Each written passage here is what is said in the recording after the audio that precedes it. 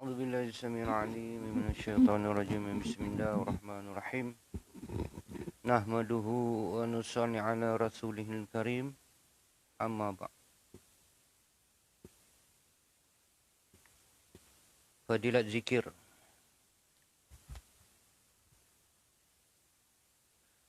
Hadrat Yahya bin Talha bin Ubaidullah radhiyallahu anhu berkata, Sayyidina Talha radhiyallahu anhu kelihatan bersedih. Maka dia telah ditanya, kenapa dengan keadaan kamu ini? Beliau berkata, aku mendengar Rasulullah sallallahu alaihi wasallam bersabda, sesungguhnya aku mengetahui satu kalimah yang sekiranya diucapkan oleh seseorang hamba ketika hampir meninggal dunia, maka pasti Allah Subhanahu wa taala akan menghindarkan penderitaan ketika maut. Menyerikan cahaya wajahnya dan dia akan melihat pemandangan yang menggembirakan. Dan aku bersedih kerana tidak mampu untuk bertanya mengenai perkara itu kerana kehebatan baginda sallallahu alaihi wasallam sehingga baginda wafat. Maka Sayyidina Umar radhiyallahu anhu berkata, sesungguhnya aku mengetahui kalimat tersebut. Sayyidina Talha radhiyallahu anhu bertanya, apakah kalimat itu? Jawab Sayyidina Umar radhiyallahu anhu, sesungguhnya kami tidak mengetahui kalimah yang lebih agung daripada kalimah yang telah baginda sallallahu alaihi wasallam menyuruh bapa saudaranya ini Abu Talib ucapkan, iaitu la ilaha illallah. Kata Sayyidina Talha radhiyallahu anhu, demi Allah, itulah kalimahnya. Diulang.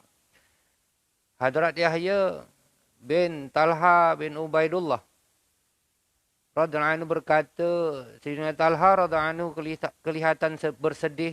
Maka dia telah ditanya, kenapa dengan keadaan kamu ini? Beliau berkata, aku mendengar Rasulullah sallallahu alaihi wasallam bersabda, sesungguhnya aku mengetahui satu kalimah yang sekiranya diucapkan oleh seseorang hamba ketika hampir meninggal dunia, maka pasti Allah Subhanahu wa taala akan menghindarkan penderitaan ketika maut, menyerikan cahaya wajahnya, dan dia akan melihat pemandangan yang menggembirakan.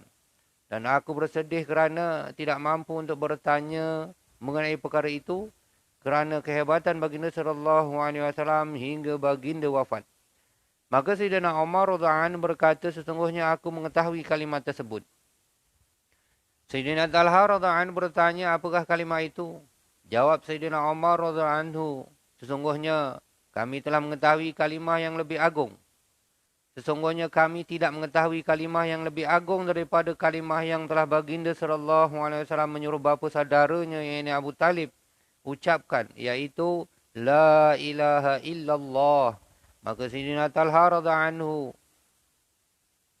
demi Allah, itulah kalimahnya. Hadis riwayat Baihaqi. Keterangan. Keadaan kalimah thayyibah yang sememangnya mempunyai nur dan kehebatan dapat diketahui dan difahami daripada banyak riwayat. Dalam kitab Munabihat, Hafiz Ibn Hajar rahmatullahi telah menukilkan daripada Sayyidina Abu Bakar radhiyallahu anhu bahawa terdapat 5 bentuk kegelapan dan bagi setiap kegelapan tersebut ada lampu. Cinta dunia adalah gelap dan lampu bagi cinta dunia ialah taqwa. Dosa adalah gelap dan lampu bagi dosa ialah taubat. Kubur adalah gelap dan lampu dari kubur ialah la ilaha illallah Muhammadur Rasulullah. Akhirat adalah gelap dan lampu bagi akhirat ialah amalan soleh. Dan titian sirat adalah gelap dan lampu bagi titian ini ialah yakin. Hazrat Rabi'ah Adawiyah rahmatullahi adalah seorang wali Allah yang masyhur. Sepanjang malam beliau sibuk dengan mengerjakan solat. Selepas subuh siddiq, beliau tidak tidur sekejap sebelum beliau akan tidur sekejap sebelum subuh. Apabila tiba waktu subuh, beliau bangun dengan cepat dalam keadaan gelisah sambil mencela dirinya sendiri.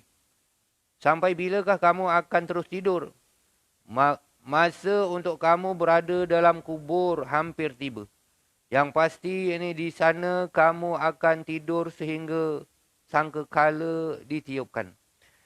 Apabila hampir hendak meninggal dunia, beliau telah mewasiatkan kepada pembantu rumahnya, kafankanlah daku dengan baju bulu yang lusuh ini yang biasa kupakai ketika mengerjakan solat tahajud.